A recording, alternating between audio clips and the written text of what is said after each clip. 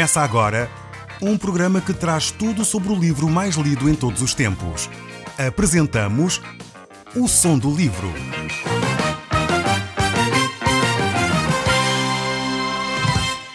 Seja muito bem-vindo. Neste podcast vai encontrar o livro mais conhecido e lido em todo o mundo. Vamos levá-lo numa viagem pela história da humanidade. Este é um audiolivro para si, para a sua família e sociedade em geral. Contextualização e comentários de Paulo Chaveiro. Nós temos estado a analisar este livro e a ver como Deus tem trabalhado na vida do povo de Israel.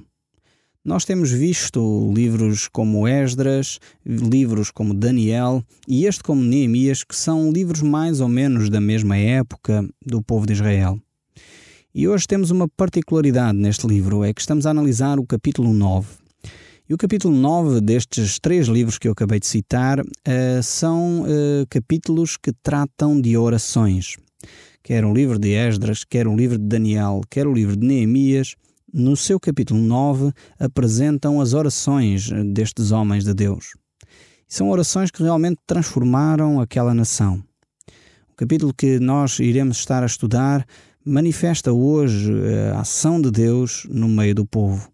E através desta oração, vemos como Deus vai se mover no meio do povo e trazer o povo a um reavivamento espiritual. Aqui a palavra avivamento ou reavivamento, creio que muitas vezes tem sido mal interpretada. Nós encontramos pessoas que pensam que esse avivamento ou reavivamento espiritual tem a ver com emoções ou tem a ver com um determinado espaço ou ambiente de culto. Não, o avivamento espiritual tem a ver com uma mudança de caráter na vida de uma pessoa. Quando alguém se arrepende profundamente dos seus pecados cometidos contra Deus, quando alguém entende realmente que tem caminhado fora da palavra de Deus e quer voltar a essa comunhão, a essa relação com Deus, podemos dizer que então acontece um avivamento. O avivamento não tem a ver com emoções, um avivamento não tem a ver com um determinado ambiente. Um avivamento tem a ver com mudanças efetivas no caráter de alguém. Então este texto bíblico que nós vamos analisar aborda este aspecto, aborda um arrependimento profundo que a nação de Israel viveu e que levou a tomada de medidas e alteração de comportamentos. Só há realmente um avivamento espiritual quando essas atitudes, esses caráteres são mudados e de uma forma permanente. Então é isso que nós vamos ver relatado aqui neste capítulo 9. E ele começa com esta oração que Neemias faz, dobrando os seus joelhos diante de Deus, abrindo o seu coração a Deus e mostrando aquilo que vai na sua alma. E a oração é exatamente isso. É o nós podermos partilhar com Deus aquilo que vai no nosso íntimo. Não são rezas feitas ou palavras que se repetem constantemente ou orações que são repetidas vezes sem conta. Orar não é isso. Orar é abrir o nosso coração a Deus. É poder dizer aquilo que vai no mais profundo do nosso ser. E poder com Deus olhar à nossa volta e ver a mão de Deus agir. Isto é orar. Então vamos olhar para este capítulo 9 do livro de Neemias e vamos tentar ver aquilo que Neemias fala com Deus e ver como Deus responde a esta oração. Diz assim: no dia 24 desse mês, o povo israelita tornou a vir e congregar-se para outra celebração. Desta vez jejuaram e vestiram-se de pano de saco, cobrindo a cabeça de pó. Temos aqui primeiro esta atitude do povo de Israel. Eles começam por esse período de jejum. É necessário talvez entender o que é o jejum. Muitas pessoas por vezes perguntam o que é jejuar. Jejuar não é só deixar de comer. Isso é talvez passar fome ou outra coisa qualquer. Jejuar tem a ver com uma disciplina espiritual. Tem a ver com uma ação concreta de poder parar uma coisa que é vital para a nossa vida, como comer, para nos dedicarmos à oração. Isto é o jejum bíblico. O jejum bíblico pode ser feito de muitas maneiras. Pode ser o dia inteiro, pode ser parcial, uma só refeição, mas tem a ver com esta preocupação com um assunto que está na nossa mente e dizemos, este assunto é tão importante para mim que eu até deixo de comer para me dedicar à oração. Então vemos que aqui o povo de Israel tinha uma preocupação profunda sobre alguma coisa e por isso mesmo eles foram jejuar. Mas não só isso. Vemos que há aqui alguns sinais exteriores de um verdadeiro arrependimento. Era hábito na nação de Israel o povo vestir-se de pano de saco e derramar pó sobre si em sinal de arrependimento. E isto era uma atitude que revelava algo interior. Não era mero formalismo, e temos que ter sempre cuidado com algumas das cerimónias, com algumas das atitudes que muitas vezes temos, que deveriam revelar sentimentos interiores do nosso coração e por vezes passam a ser meros rituais. Aqui esta ideia de vestirem pano de saco e lançarem pó sobre si tem a ver com a ideia de miséria em que o povo se encontrava. Por isso eles tinham esta atitude, uma atitude visível, prática, bem concreta, que revelava o seu profundo arrependimento para com Deus.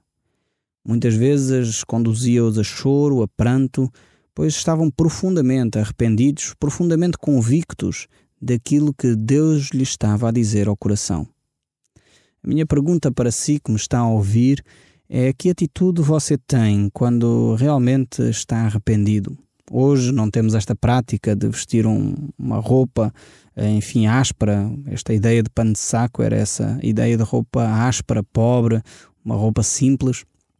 Não temos a ideia também de lançar sobre nós pó, mas ainda hoje temos alguns símbolos que nos ajudam a mostrar o nosso arrependimento. Seja através de dobrar o nosso joelho e estar em joelhos de oração diante de Deus, ou seja, estando prostrado no chão, mostrando a nossa humilhação diante de Deus, seja talvez chorando, derramando as nossas lágrimas, o nosso coração diante de Deus. Então são atitudes exteriores que nos mostram como vai o nosso coração. Aqui o povo de Israel tinha estas, nós temos talvez outras, mas é importante que os atos exteriores, em primeiro lugar, revelem a sinceridade do nosso coração e aquilo que vai realmente na nossa alma. Continuando a nossa leitura, estamos no capítulo 9 do livro de Neemias, no verso 6, e diz assim: Só tu és Deus, fizeste o firmamento e os céus, a terra e os mares, e o que neles há. Toda a vida que existe é mantida por ti. Os anjos dos céus te adoram. Aqui temos uma bela descrição daquilo que é o Deus Todo-Poderoso, o Deus Criador de todas as coisas. É como louvarmos a Deus assim, é realmente algo importante, é glorificar a Deus tal qual Ele é. Então, quando glorificamos o nome de Deus, devemos entender aquilo que Deus realmente é, o Deus poderoso, o Deus que criou todas as coisas, o Deus que está acima dos céus, o Deus que está acima da criatura. Então é importante nós entendermos quem é o nosso Deus. Antes de continuarmos a dirigir-nos a Ele, a falar com Ele, devemos começar por entender quem é o nosso Deus. E aqui Neemias compreende perfeitamente quem é Deus. Ele sabe que Deus é Senhor sobre todas as coisas. E é este Senhor sobre todas as coisas que Ele se vai dirigir. E continua o verso 7 a dizer: Tu és o Senhor Deus que escolheu Abrão e o trouxe de Ur na Caldeia, mudando-lhe o nome em Abraão. Como viste que era fiel no seu íntimo, fizeste com ele um pacto em que lhe darias a ele e aos seus descendentes a terra dos cananeus, dos heteus, dos amorreus, dos pirezeus, dos jebuseus e dos girgazeus. E agora vemos a concretização do que prometeste. Tu és fiel sempre em tudo o que prometeste. Esta oração aqui de Neemias começa por entender a história da nação de Israel. Começa por chamar a Abraão, começa por perceber a fidelidade de Deus nas suas promessas, começa por mostrar que Deus é quem conduz todas as coisas. E aqui conduziu este pai da nação, Abraão, até à terra de Canaã, e foi o cumprimento integral das promessas de Deus. E Neemias simplesmente está a relembrar como Deus tem sido fiel nas suas promessas. E eu creio que é importante, quando nós entendemos na oração falar com Deus, não esquecer o nosso passado, não esquecer as promessas de Deus não esquecer como Deus tem sido fiel. E o verso 9 ainda prossegue: viste a aflição dos nossos pais no Egito, ouviste o seu clamor, e lá na terra, para além do Mar Vermelho, mostraste sinais e prodígios a Faraó e ao seu povo, pois sabias da brutalidade com que eles nos tratavam. Assim a tua fama se tornou enorme. Fendeste o mar, para que o teu povo pudesse atravessar em terra seca. E após isso, destruíste os seus inimigos nas profundezas do mesmo mar. Afundaram-se como pedras em águas revoltas. Aqui Neemias faz referência à travessia do Mar Vermelho. E realmente esta travessia encontra-se várias vezes mencionada nas páginas da Bíblia. É possível que tenha sido este milagre que Deus fez no passado que mais impressionou o povo de Israel.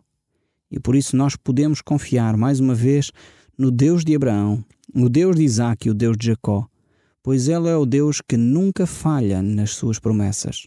Mesmo quando nós não as entendemos, mesmo quando não percebemos o que está a acontecer à nossa volta, podemos confiar no Deus que não falha, o Deus que é fiel.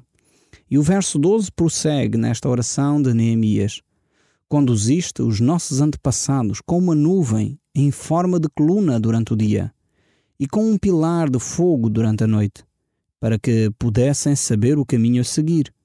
Desceste sobre o monte Sinai, falaste com eles desde os céus e deste-lhes bons mandamentos, estatutos justos, verdadeiras leis, incluindo as leis respeitantes ao santo sábado, e mandaste através do teu servo Moisés que lhe obedecessem a todas.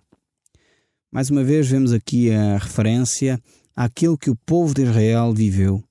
Temos aqui este exemplo desta coluna de fogo, desta nuvem que os guiava durante a peregrinação no deserto.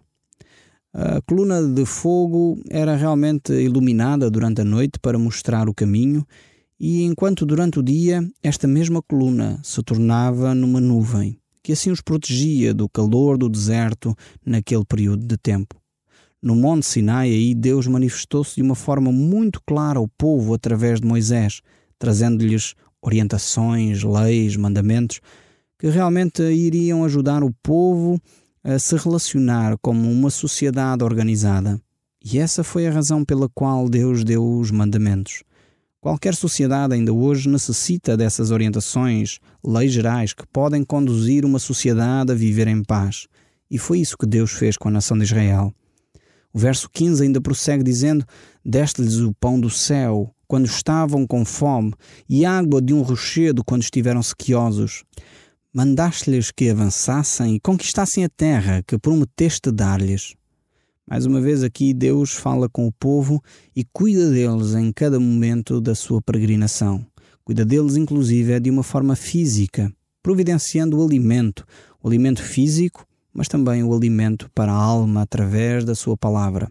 O verso 16 ainda prossegue a dizer: mas os nossos antepassados eram muito altivos e teimosos, recusaram dar ouvidos aos teus mandamentos. Recusaram obedecer e ligar aos milagres que fizeste a favor deles. Em vez disso, rebelaram-se e designaram um líder que os conduzisse de novo para a servidão do Egito. Contudo, és um Deus de perdão, sempre pronto a esquecer, a ter misericórdia, lento para tirares, cheio de amor e de compaixão. Por isso, não os abandonaste, ainda que tivessem feito um ídolo sobre uma forma de um bezerro e proclamassem: este é o nosso Deus. Foi Ele quem nos trouxe da terra do Egito. Na verdade, pecaram de uma maneira, mas tu, na tua enorme paciência, não os entregaste à morte no deserto.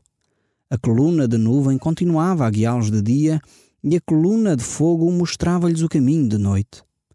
Neemias está profundamente convicto da bondade de Deus. Ele vê em cada passo, em cada atitude de Deus, a bondade que Deus tem e a paciência que Deus tem para com este povo. Mesmo quando o povo virou costas a Deus, Deus continuou a cuidar deles. E o exemplo estava que eles continuavam a ter essa coluna que os guiava de dia e de noite. E realmente Deus continua a ser assim. É um Deus que não desiste de nós. É um Deus que continua a olhar para nós e a cuidar de nós, mesmo quando nós lhe voltamos as costas. Muitas vezes tenho conversado com pessoas que dizem estar aborrecidas com Deus, estão decepcionadas com Deus, porque lhes aconteceu alguma desgraça na vida, alguma situação difícil por que estão a passar, mas eu noto que a cada palavra dessas pessoas, Deus continua perto deles. Deus não desistiu deles. Deus não os abandonou. Deus simplesmente está a pegar-lhes ao colo e silenciosamente os carrega, protegendo-os e guardando-os de coisas bem mais graves. Maior parte das vezes tenho notado que essas pessoas estão decepcionadas mais com outras pessoas do que com Deus. Foram outras pessoas que as maltrataram, que as marcaram, que as magoaram. Mas, no entanto, as pessoas voltam-se e revoltam-se contra Deus. E mesmo assim, Deus pega essas pessoas no colo e as carrega e as aconchega e traz alívio e traz realmente conforto e cura às suas almas. É isso que Deus quer fazer. Deus não desistiu de si, mesmo que você esteja triste, frustrado. Talvez você ficou, desiludido até com a igreja que frequentava, quer abandonar. Mas eu quero dizer que Deus não desiste de si. Deus continua a olhar para si. Assim como Deus fazia com o povo de Israel, que mantinha o alimento diário, mantinha aquela coluna diária que os conduzia, Deus continua ao seu lado, mesmo que você nem repare nisso. O verso 20 ainda prossegue deste capítulo 9 do livro de Neemias a dizer: mandaste o teu bom espírito para os instruir, e nunca deixaste de lhe dar o pão do céu e a água para a sua sede. Durante 40 anos o sustentaste no deserto. Não tiveram falta de nada durante esse tempo. A sua roupa não se envelheceu e os seus pés não lhes incharam. E este é realmente mais um texto daqueles que prova a bondade de Deus, como eu acabei de falar. O verso 22 prossegue: ajudaste-o mesmo nas conquistas, grandes reinos e muitos povos. Colocaste o teu povo em cada canto da terra. Possuíram a terra do rei Sion, de Hesbom, do rei Og e Bazã. Multiplicaste-os e trouxeste-os para a terra que prometeste aos teus antepassados. Subjugaste-lhes nações inteiras, e até os reis do povo de Canaã foram abatidos. O teu povo capturou cidades fortificadas e terras férteis, tornaram casas cheias de boas coisas, com cisternas, vinhas, olivais e muita fruta. Comiam, enchiam-se e rejubilavam com as suas bênçãos. Aqui temos Deus a cuidar do povo agora na sua instalação na terra prometida. Realmente Deus estava a trazer ao povo uma série de bênçãos que eles não tinham trabalhado. Chegaram a uma terra que estava praticamente pronta para os receber. E Deus assim leva a nação de Israel a conquistar aquele território e a poder viver em paz, se eles tivessem seguido a vontade de Deus. O verso 26 prossegue: mas apesar disso tudo, foram desobedientes e rebeldes contra ti. Lançaram para detrás das costas as tuas leis, mataram os profetas que lhes diziam para se converterem a Deus e fizeram muitas coisas horríveis. Por isso os entregaste aos seus inimigos. No entanto, nos tempos de angústia clamavam a ti e os ouvias dos céus. Na tua grande misericórdia enviavas-lhe libertadores para os livrarem dos que os oprimiam. Ainda assim Deus continuava a conduzir o seu povo e a protegê-lo. Mesmo em situações de rebeldia, quando o povo se arrependia, de novo Deus os protegia. E esta é a bondade de Deus, que sempre mais uma vez nos dá uma chance, nos dá uma oportunidade de continuar. O verso 28 prossegue: mas quando tudo parecia ir bem, o teu povo voltava ao pecado de novo. E mais uma vez permitias que os seus inimigos os capturassem. Mesmo assim, sempre que o teu povo se voltava para ti e te implorava socorro, mais uma vez tu os ouvias dos céus e na tua grande caridade os salvavas. Castigaste-os para os levar a dar ouvidos aos teus estatutos, mas não deram ouvidos aos teus mandamentos, pelos quais quem os cumprir viverá, e continuaram a pecar. Durante anos foste pacientes para com eles. Mandaste os teus profetas para os advertir sobre os seus pecados que praticavam, mas sempre ficavam na sua e não ligavam. Mais uma vez, os entregaste às nações pagãs que os conquistavam. Contudo, na tua grande misericórdia não os destruíste completamente, nem os abandonaste para sempre. Que Deus clemente e compassivo tu és. Agora, ó grande e tremendo Deus, Tu que cumpres as tuas promessas de amor e de bondade, não tenhas em pouca conta todas as aflições por que atravessamos, nós, os nossos reis, governantes, sacerdotes, profetas e antepassados, desde os dias em que os reis da Assíria primeiro triunfaram sobre nós até agora. Cada vez que nos castigastes, tinhas perfeitamente razão. Nós pecamos tanto que os castigos que recebemos foram inteiramente merecidos. Os nossos reis, governantes, sacerdotes e pais não quiseram obedecer às tuas leis, nem tentaram para dar ouvidos às tuas leis. Não te adoraram, a desrespeito das coisas maravilhosas que fizeste a eles e da tua grande bondade que lhes mostraste. Deste-lhes uma vasta e fértil terra, mas recusaram converter-se da sua maldade. Por isso agora são escravos aqui, na terra da abundância dos seus avós. Escravos no meio de tanta abundância. A riqueza desta terra passou para a mão de reis, a quem permitiste que nos conquistasse por causa do nosso pecado. Dominam sobre os nossos corpos e os nossos gados, servimo-los conforme a vontade deles e assim agranda a nossa miséria. Em consequência de tudo isso, queremos prometer novamente servir-te ao Senhor. Nós e os nossos governantes, mais os levitas e os sacerdotes, pomos os nossos nomes nesta aliança. Grande oração esta aqui de Neemias, que realmente revela a profundidade do seu coração, profundo arrependimento que ele tem, mas ao mesmo tempo revela que ele entende perfeitamente a sua nação. E ele percebe que a nação de Israel é realmente uma nação de altos e baixos. O Som do Livro, uma produção da Rádio Transmundial de Portugal.